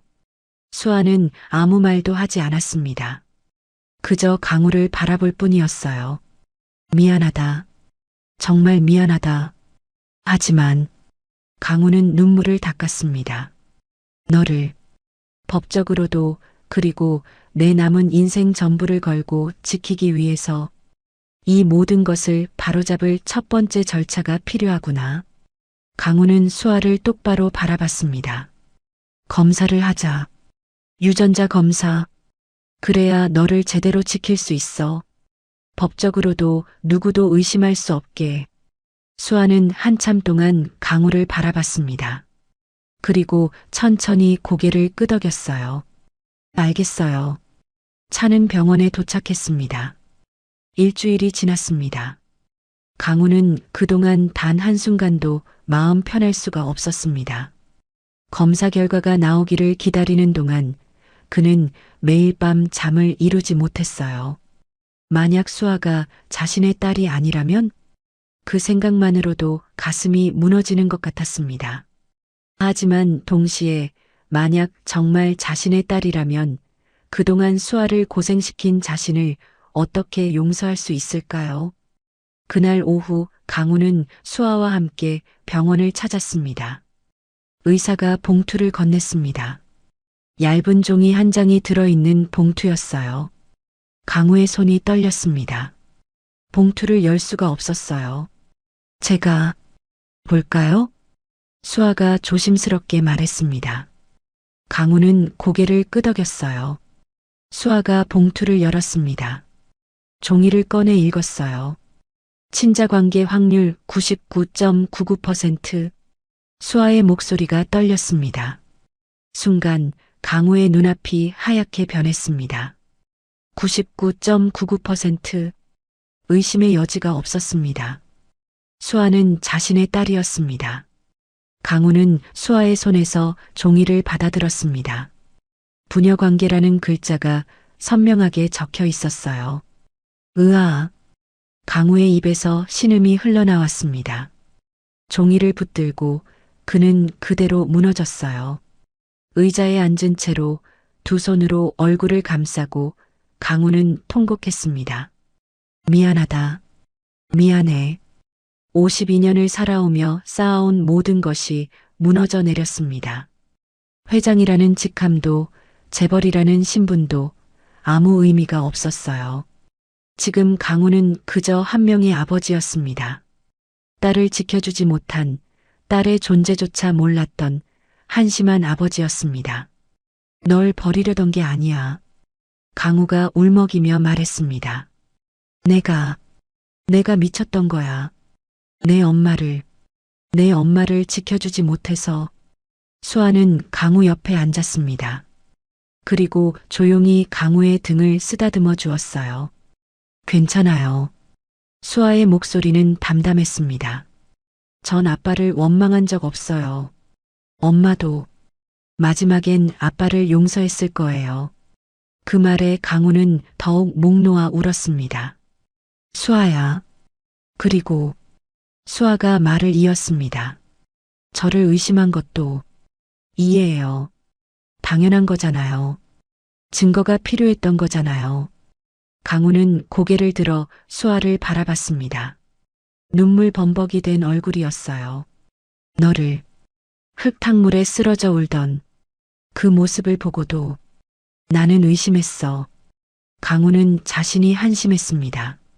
그게 제일 미안해. 내가 얼마나 힘들었을지 알면서도. 수아는 강우의 손을 잡았습니다. 이제 괜찮아요. 이제 알았잖아요. 수아의 눈에서도 눈물이 흘러내렸습니다. 저한테 아빠가 생긴 거잖아요. 그 말에 강우는 수아를 껴안았습니다. 딸을 처음으로 안았습니다. 19년 만에 처음으로. 미안하다. 정말 미안해. 앞으로는 너를 꼭 지켜줄게. 강우의 울음이 병원 복도에 울려 퍼졌습니다. 52년 인생에서 가장 뜨거운 눈물이었습니다. DNA 검사 결과를 확인한 다음 날 강우는 수아와 함께 할머니가 입원해 있는 병원을 찾았습니다. 복도를 걸으며 강우의 가슴은 두근거렸어요. 수아를 키워준 은인을 만난다는 긴장감도 있었지만 그보다 더 큰 것은 정민에 대해 더 알고 싶다는 간절함이었습니다. 할머니 병실은 저기예요. 수아가 한 병실 앞에서 멈춰 섰습니다. 일반 병실이었어요. 6개의 침대가 놓인 다인실이었죠. 강우는 문을 열고 들어갔습니다. 가장 안쪽 침대에 할머니가 누워 계셨어요. 70이 넘은 나이에 폐암까지 앓고 계셔서인지 얼굴은 많이 야위어 있었습니다. 하지만 눈빛만은 또렷했어요. 할머니. 수아가 조심스럽게 다가가 할머니의 손을 잡았습니다. 할머니, 저 왔어요. 그리고 이분은. 수아는 강우를 돌아봤습니다. 어떻게 소개해야 할지 망설이는 표정이었어요. 할머니는 천천히 고개를 돌려 강우를 바라봤습니다. 그리고 잠시 강우의 얼굴을 뚫어지게 바라보더니 입술을 떨었어요. 당신이. 할머니의 목소리는 약했지만 또렷했습니다. 수아 아버지요? 강우는 깊게 고개를 숙였습니다. 네, 그렇습니다. 저는 최강우라는 사람, 맞지요? 할머니의 물음에 강우는 놀라 고개를 들었습니다. 제 이름을 어떻게 정민이가 말했어요. 죽기 전에 할머니의 눈에서 눈물이 흘러내렸습니다. 강우는 할머니 옆 의자에 앉았습니다. 수아도 반대편에 앉았어요. 할머니, 강우의 목소리가 떨렸습니다. 정민이에 대해서 말씀해 주실 수 있으십니까? 제가 너무 늦게 알았습니다. 너무 늦게. 할머니는 천천히 고개를 끄덕였습니다. 그리고 입을 열었어요. 정민이는 좋은 아이였어요. 할머니의 목소리에는 그리움이 묻어났습니다. 정민이가 이 동네로 이사 왔을 때 벌써 배가 불러 있었지요. 강우의 가슴이 철렁 내려앉았습니다. 혼자였어요. 의지할 사람 하나 없이. 전 그때부터 정민이를 도왔습니다.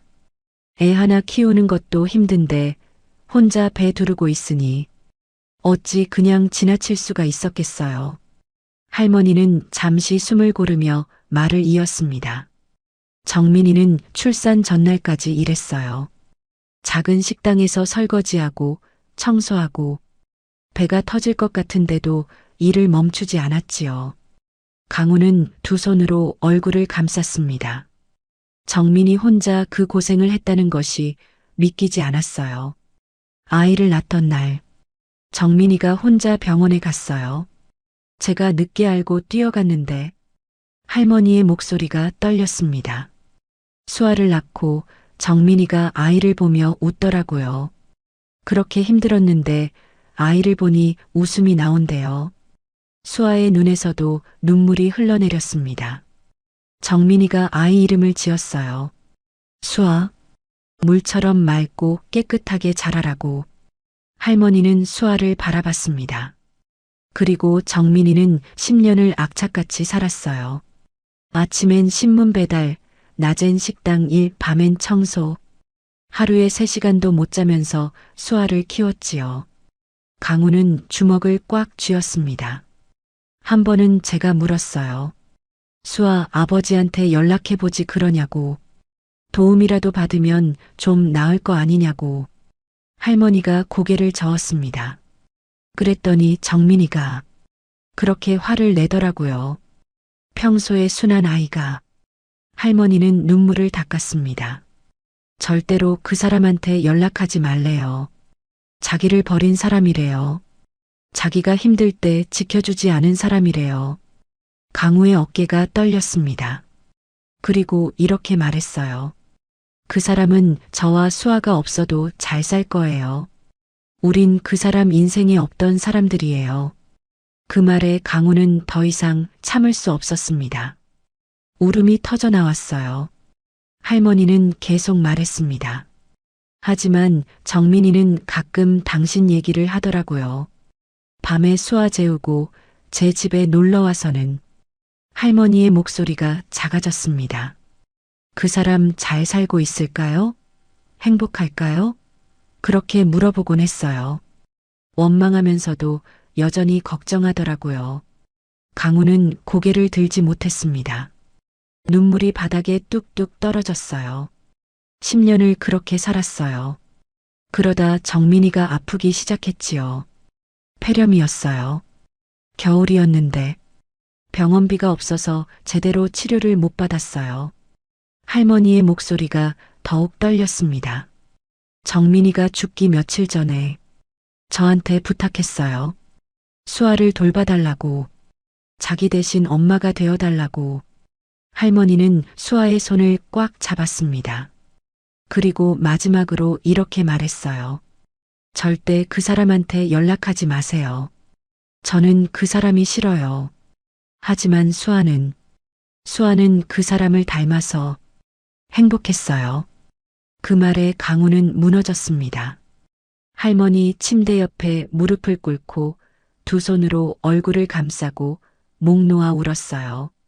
정민이 자신을 원망했다는 것, 하지만 수아를 통해 자신을 떠올렸다는 것.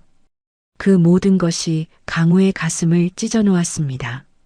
한참을 온 후 강우는 천천히 고개를 들었습니다.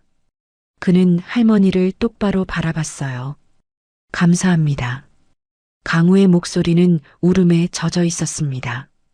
제 딸을 살려주셔서 정말 감사합니다. 할머니는 고개를 저었습니다. 아니에요. 저도 외로웠어요. 수아가 있어서 저도 살았어요. 강우는 일어섰습니다. 그리고 할머니 앞에 바르게 섰어요. 그리고 깊게, 아주 깊게 허리를 숙여 큰 절을 올렸습니다. 52년 인생에서 회장 자리에 앉은 후로는 단 한 번도 누구에게 절한 적 없는 강우가 지금 할머니 앞에 큰 절을 올리고 있었습니다. 고맙습니다. 정말. 강우는 절을 하고 또 했습니다. 제대로 속죄할 기회를 주셔서 감사합니다. 제 딸을 지켜주셔서 감사합니다. 할머니는 눈물을 흘리며 손사래를 쳤습니다. 아니에요, 일어나세요. 하지만 강우는 멈추지 않았습니다.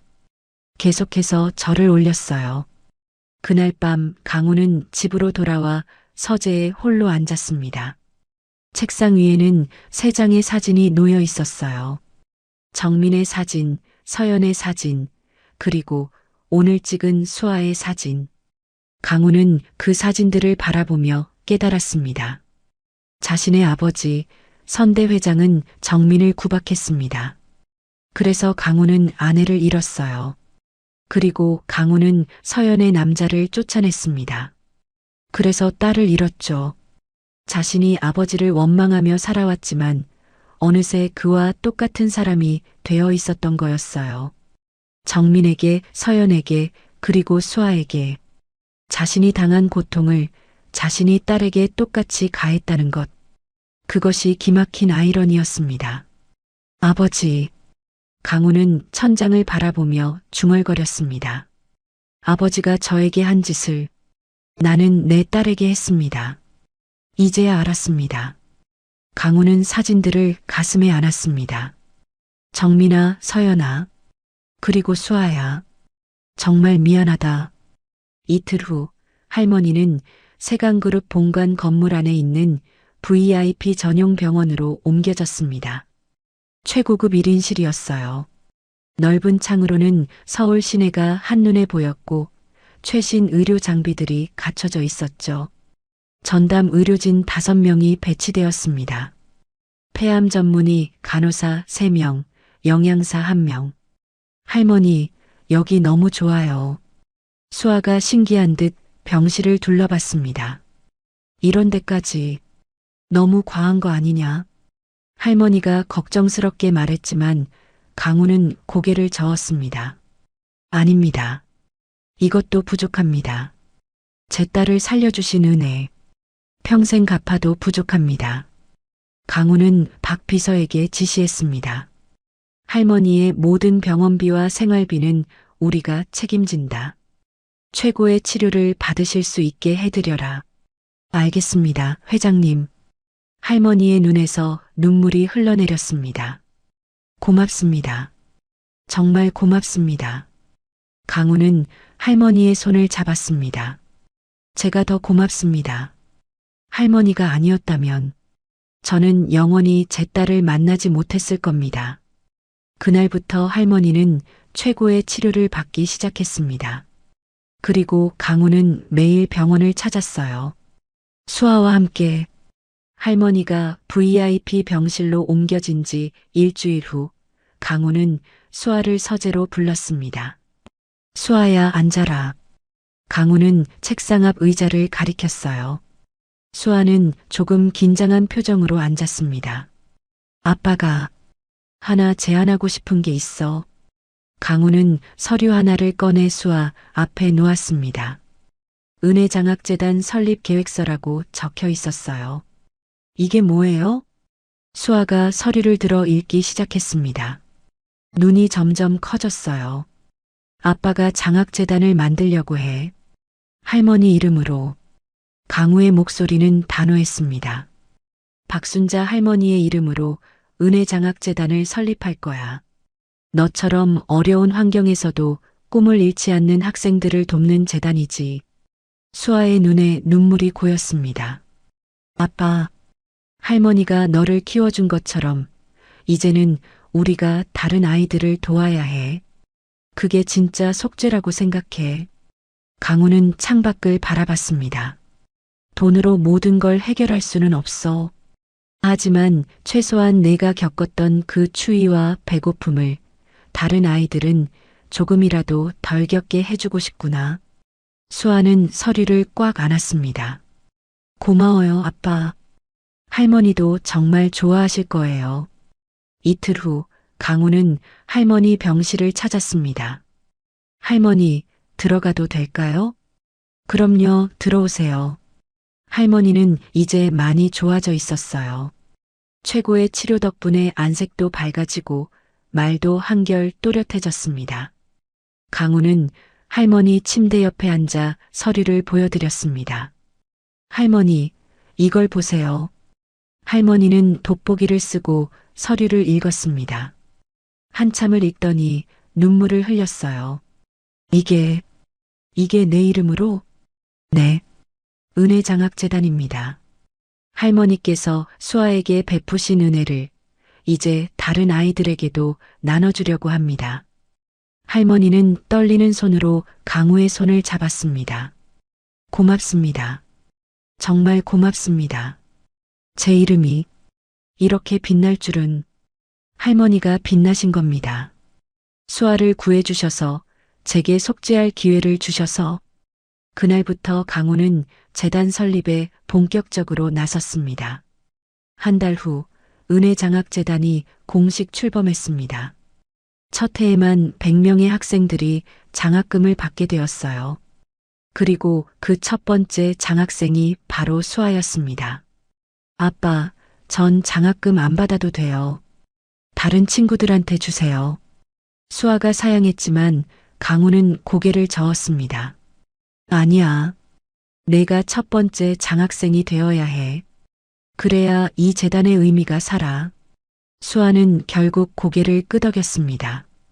그해 봄 수아는 대학에 입학했습니다. 전공은 식품영양학과였어요. 왜 식품영양학과를 선택했니? 강우가 물었을 때 수아는 환하게 웃으며 대답했습니다. 붕어빵을 잊을 수가 없어요. 그 따뜻함을요. 저도 누군가에게 따뜻한 음식을 만들어주고 싶어요. 강우는 딸의 머리를 쓰다듬어 주었습니다. 좋은 꿈이구나. 아빠가 응원할게. 수아가 집에 온 후 가장 큰 변화를 보인 건 하윤이었습니다. 이모. 8살 하윤이는 이제 수아 이모를 졸졸 따라다녔어요. 학교에서 돌아오면 제일 먼저 수아를 찾았습니다. 하윤아, 오늘 학교에서 뭐 했어? 오늘요, 체육 시간에 달리기 했어요. 제가 1등 했어요. 예전에는 체육 시간만 되면 구석에 앉아 있던 아이가 이제는 친구들과 뛰어놀고 있었습니다. 우와, 대단한데? 우리 하윤이 정말 씩씩하네. 수아가 하윤이를 안아 올리자 아이는 깔깔 웃었습니다. 이모, 배고파요. 그래. 그럼 이모가 뭐 만들어줄까? 붕어빵이요. 이모 붕어빵이 제일 맛있어요. 수아는 부엌으로 가서 붕어빵을 만들기 시작했습니다. 강우가 특별히 주문 제작한 붕어빵 틀이었어요. 자, 여기. 따끈따끈한 붕어빵. 와, 맛있겠다. 하윤이는 붕어빵을 한 입 베어 물었습니다. 그리고 환하게 웃었어요. 깡말랐던 아이는 이제 볼에 살이 올라 또래 아이들처럼 건강해 보였습니다. 밥투정도 사라졌어요. 아침마다 식탁에 앉아 밥 한 그릇을 뚝딱 비웠습니다. 할아버지, 저 오늘 밥 다 먹었어요. 그래, 잘했어. 우리 하윤이 정말 씩씩하구나. 강우는 손자의 머리를 쓰다듬으며 흐뭇하게 웃었습니다. 이 모든 변화가 수아 덕분이라는 걸 강우는 너무나 잘 알고 있었어요. 어느 날 밤 수아는 자신의 방에서 낡은 상자를 꺼냈습니다. 엄마 정민이 남긴 몇 안 되는 유품들이 담긴 상자였어요. 그 안에서 수아는 흑백 사진 한 장을 꺼냈습니다. 20살 정민의 사진이었습니다. 꽃집 앞에서 찍은 사진이었는지 뒤로 꽃들이 보였어요. 환하게 웃고 있는 엄마의 모습이었습니다. 수아는 사진을 가슴에 안았습니다. 엄마. 수아의 목소리는 떨렸습니다. 엄마, 하늘에서 잘 지내고 있죠? 나 아빠를 만났어요. 눈물이 흘러내렸습니다. 엄마는 싫어하실까요? 엄마가 그렇게 미워했던 사람인데. 수아는 사진을 쓰다듬었습니다. 그치만 엄마 아빠를 용서해 주세요. 아빠는 엄마를 진심으로 사랑했대요. 지켜주지 못해서 정말 미안해하고 있어요. 수아는 눈물을 닦았습니다. 그리고 엄마, 나 이제 행복해요. 아빠도 생겼고 조카도 생겼어요. 할머니도 좋아지셨고요. 바로 그때 방문이 살짝 열렸습니다. 이모. 잠옷을 입은 하윤이가 문틈으로 얼굴을 내밀었어요. 하윤아, 아직 안 잤어? 수아가 급하게 눈물을 닦았습니다. 이모, 울어요? 왜 울어요? 하윤이가 걱정스러운 얼굴로 다가왔습니다. 아니야. 그냥. 수아는 하윤이를 꼭 껴안았습니다. 그냥 너무 기뻐서. 우리 하윤이 만나서 너무 기뻐서. 하윤이도 수아를 꼭 안았습니다. 저도요. 이모 만나서 정말 좋아요. 이모는 엄마 같아요. 그 말에 수아는 더 세게 하윤이를 안았습니다. 눈물이 또 흘러내렸지만 이번엔 행복한 눈물이었어요. 1년이 흘렀습니다. 은혜장학재단의 첫 번째 봉사활동 날이었습니다. 장소는 서울 외곽의 한 보육원이었어요. 부모 없이 자라는 아이들 50명이 사는 곳이었습니다. 자, 여기 붕어빵 나갑니다. 수아가 환하게 웃으며 각 구운 붕어빵을 아이들에게 나눠주었습니다. 보육원 마당에는 특별히 가져온 붕어빵 틀이 놓여 있었어요. 와, 붕어빵이다. 저 2개 주세요. 아이들이 즐거워하며 줄을 섰습니다. 제가 이모 조수예요. 하윤이가 옆에서 서툰 솜씨로 붕어빵 틀을 뒤집었습니다. 조금 삐뚤어졌지만 그래도 붕어빵 모양은 나왔어요. 우리 하윤이 정말 잘하네. 수아가 칭찬하자 하윤이는 더욱 신이 나서 일을 도왔습니다. 강우는 조금 떨어진 곳에서 그 모습을 지켜보고 있었습니다. 둘째 딸과 손자가 함께 웃으며 봉사하는 모습, 아이들이 행복하게 붕어빵을 먹는 모습, 강우의 얼굴에 따뜻한 미소가 번졌습니다. 붕어빵처럼 따뜻한 미소였어요. 이제 조금은 속죄가 되었을까? 강우는 하늘을 올려다봤습니다. 맑은 하늘이었어요. 정민아, 서연아, 이제 조금은 용서받을 수 있을까? 그날 저녁 강우는 서재에 홀로 앉아 있었습니다. 책상 위에는 3장의 사진이 나란히 놓여 있었어요. 왼쪽에는 서연의 사진, 20살 때 찍은 사진이었습니다. 환하게 웃고 있는 첫째 딸의 모습, 오른쪽에는 정민의 사진, 수아가 가져온 흑백 사진이었어요. 꽃집 앞에서 웃고 있는 젊은 날의 아내 모습, 그리고 가운데에는 새로운 가족 사진이 놓여 있었습니다. 강우와 수아, 그리고 하윤이가 함께 찍은 사진이었어요. 셋 다 환하게 웃고 있었습니다. 강우는 가운데 사진을 들어 올렸습니다. 오래 바라봤어요. 이제 우리는 가족이야. 강우는 사진을 가슴에 안았습니다. 창밖으로는 봄바람이 불어왔죠. 따뜻한 바람이었어요. 겨울은 끝났습니다.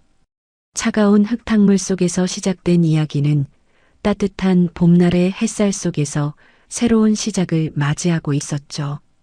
붕어빵 하나로 이어진 운명. 3대에 걸친 비극은 8살 손자의 순수함으로 마침내 구원을 받았습니다. 그리고 이제 그들은 함께 걸어갈 것입니다. 가족으로. 오늘의 이야기가 당신의 마음에 작은 울림을 드렸다면 앞으로도 당신의 나날에 잔잔한 위로가 될 이야기들로 찾아뵐 수 있도록 구독과 좋아요를 눌러주세요. 그리고 사연의 주인공을 위한 따뜻한 말씀도 댓글로 부탁드립니다. 당신의 오늘을 늘 응원합니다. 인생 나날이었습니다.